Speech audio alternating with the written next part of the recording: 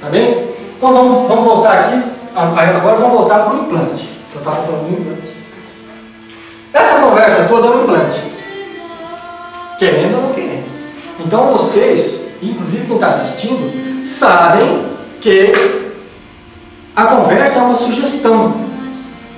Então eu lembro que a gente fez uma experiência num trabalho desse aí. Nós estamos falando da videocassetada, né?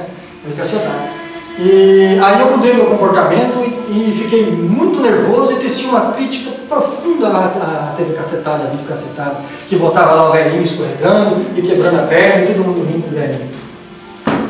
Aí eu mostrei o meu rosto assim, sério, mal, terrível. Aí o pessoal falou, vermelho. Mudaram de opinião imediatamente. Porque eu formei uma opinião e ninguém foi pesar dentro do próprio cerne se aquilo era adequado ou não. Eu fui realmente um controverso ali, porque se eu estava falando da liberdade, como é que eu podia fazer uma crítica daquele jeito? Eu até sou livre para fazer a crítica. Só ou não sou? Sim. Agora vocês são livres para comprar a ideia ou não. A ideia é que vocês experimentem, questionem, investiguem. Então, um implante não é só um chip, não é só um cabelo, não é só uma unha, não é só um órgão, que leva aí, segundo alguns pontos, 7 anos para tirar a influência energética de quem doou o órgão e do nosso organismo. Uma sugestão é um implante.